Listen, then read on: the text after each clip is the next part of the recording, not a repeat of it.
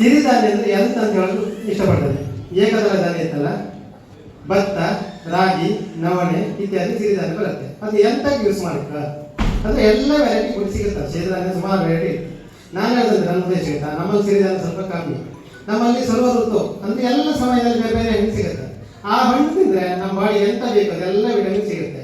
ಅದೇ ಉದ್ದೇಶದಿಂದ ಸಿರಿಧಾನ್ಯ ತಿನ್ನಿ ಅಂತ ಹೇಳೋದು. ಆಮೇಲೆ ಸಿರಿಧಾನ್ಯದಲ್ಲಿ ತುಂಬ ವೆರೈಟಿ ಇದೆ. ಆಮೇಲೆ ನಮ್ಮಲ್ಲಿ 16 ವೆರೈಟಿ ಪೋಷಕಾಂಶ ಬೆಳೆಯಬೇಕು, ಅದಕ್ಕಿಂತ ಹೆಚ್ಚಿಂದು ಬೇಕು. ಅದೆಲ್ಲ ವಿಟಮಿನ್ ಸಿಗಬೇಕಾದ್ರೆ ನಮ್ಮ ಸರ್ವ ಋತು, ಈ ಹಸಿರು ಹಣ್ಣು, ಮಾವಿನ ಹಣ್ಣು, ಬೇರೆ ಟೈಮಲ್ಲಿ ನಾವು ಸಂಖ್ಯೆ ಅಂದರೆ ಕೇಸರ ಹಣ್ಣು, ಬಾಳೆಹಣ್ಣು, ಆಮೇಲೆ ಸೂರ್ಯ ಹಣ್ಣು, ದಕ್ಷಿಣ ಹಣ್ಣು, ಚಾಂಪಿ ಹಣ್ಣು ಇದೆಲ್ಲ ಗುಡಿ ಬದಿ ತಿನ್ಕೊಂಡಿದ್ರು. ಮಗನ ಕಡೆಗೆ ತಿನ್ಕೊಂಡಿದ್ದೆ ನಾವು. ಈಗ ಅಂತ ಗೊತ್ತಾ, ಮಗನ ಬಿಟ್ಟದ್ದು ನಾವು ತಿಂತೀವಿ ಅಷ್ಟೇ, ಮಗ ನಮ್ಗೆ ಬಿಡುವುದಿಲ್ಲ ತಿಂಬಿಗೆ. ಆದ್ದರಿಂದ ಸಿರಿಧಾನ್ಯ ಅದೇ ನಮ್ಮ ಬಾಡಿಗೆ ವಿಟಮಿನ್ ತುಂಬ ಕೊಡುತ್ತೆ, ಸಿರಿಧಾನ್ಯ ಬೇಕು. ಆಮೇಲೆ ಇನ್ನೊಂದು ವಿಷಯ, ಸಿರಿಧಾನ್ಯದಲ್ಲಿ ಭತ್ತದ ಬಗ್ಗೆ ಒಂದು ವಿಶೇಷವಾಗಿ ಹೇಳಬೇಕಂತ ಆದಷ್ಟು ಇವರ ಹತ್ರ ಮಾಹಿತಿ ತಗೊಂಡು ಬಂದ, ಪರ್ಮಿಷನ್ ತಗೊಂಡ. ನನಗೆ ಆದಷ್ಟು ಮಾಹಿತಿ ಕೊಡೋದಿಲ್ಲ, ಬಟ್ ಇವತ್ತು ಅವಕಾಶ ಕೊಟ್ಟಿರ. ನನ್ನ ಉದ್ದೇಶ ಅಂತ ಮತ್ತೆ ಮದುವೆ ಸಮಾರಂಭದಲ್ಲಿ ಆರತಿ ಅಕ್ಷತೆ ಅಂತ ಹಾಕ್ತಾರೆ, ಕರೆಕ್ಟಾ? ಅದೆಂತ ಹಾಕ್ತಾರೆ, ಮದುಮಕ್ಕಳ ಚೆನ್ನಾಗಿರ್ಲಿ ಅಂತ ಹಾಕ್ತಾರೆ. ಬಟ್ ಈಗಿನ ಕಾಲದಾಗ ಎಂತಾಗ್ತಿತ್ತ, ಆರತಿ ಅಕ್ಷತೆ ಒಂದು ಗಿನಾಲ ಕೊಡ್ತಾ ಇದ್ರ. ಬಟ್ ಈ ಒಂದು 2-3 kg ಅಕ್ಕಿ ಇತ್ತಲ್ಲ, ತೊಳೋದು ಕಾಲಲ್ಲಿ ಬಿದ್ದಿರುತ್ತೆ, ಅದನ್ನ ತೆಗೆದ ಎಲ್ಲರೂ ಬೇಟ್ಕೊಂಡು ಹೋಗ್ತಾ ಆಶೀರ್ವಾದ ಮಾಡೋದು. ಎಲ್ಲರ ಆಶೀರ್ವಾದ ನಾವು ಬೇಟೋದು, ಅದನ್ನ ತೆಗೆದು ತಿಪ್ಪೆ ಕೊಟ್ಟು ಬಿಸಾಕೋದು. ಮೊದಲೆಲ್ಲ ಮದುವೆ ಆದ್ರೆ ಚೆನ್ನಾಗಿರ್ತಿದ್ರು, ಗಂಡ ಹೆಂಡತಿ ಚೆನ್ನಾಗಿರ್ತಿದ್ರು. ಬಟ್ ಈಗ ಮದುವೆ ಆದ್ರೆ ಚೆನ್ನಾಗಿರೋದಿಲ್ಲ. ಯಾಕಂದ್ರೆ ಅವ್ರ ಆಶೀರ್ವಾದ ಕೂಡ ತಿಪ್ಪಿ ಕೊಟ್ಟಾಗಿತ್ತು. ಇವ್ರ ಜೀವನವೂ ಹಾಗೆ ಆಗ್ತಿತ್ತು.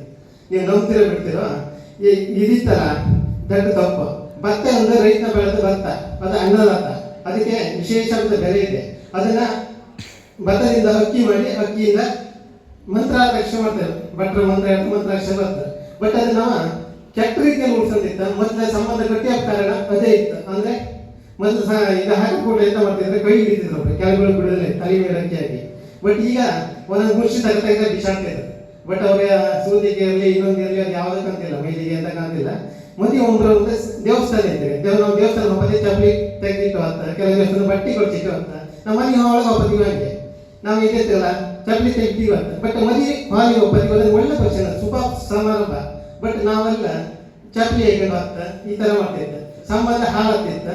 ಆದ್ರಿಂದ ಈಗಿನ ಕಾಲ ಹೆಚ್ಚಿಗೆ 3-4 ಮದುವೆ ಆದ್ರೆ, ಬಟ್ ನಂಗೆ ಒಂದು ಮದುವೆ ಆಗ್ತಾ ಇಲ್ಲ, ಇರು ಸತ್ಯ ಇಲ್ಲ. ನಂಗೆ ಹೇಳ್ಬೇಕು ಬಂದ್ರೆ ಇಷ್ಟೇ ವಿಷಯ. ಮಂತ್ರಾಕ್ಷತೆ ಆದಷ್ಟು ಬೆಲೆ ಕೊಡಿ, ಬಿಸಾಕ್ ಕೊಡಿ.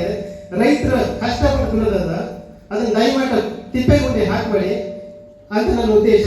ಮತ್ತೆ ಚಪ್ಪಲಿ ಇದ್ರೆ ಹೆಂಗಿಟ್ಟು ಬಂದು ಒಳ್ಳೇದ, ಇಲ್ಲಾಂದ್ರೆ ಮಂತ್ರಾಕ್ಷತೆ ಹಾಕೋದೇ ಬೇಡ. ಇವತ್ತಿಗೆ ಕೆಲವರು ಇದ್ರಲ್ಲ, ಈ ಪುರೋಹಿತರು ಇದ್ರ ಮಂತ್ರಾಕ್ಷತೆ ಹಾಕೋದೇ ಬಿಡುದಿಲ್ಲ. ಎಂತಕ್ಕೆ ಅಂದ್ರೆ ಮಂತ್ರಾಕ್ಷತೆ ಇದ್ರೆ ವೇಸ್ಟ್ ಆಗ್ತೈತೆ, ಅವ್ರಿಗೆ ತಿಳ್ಕೊಂಡಿದ್ದಾರೆ.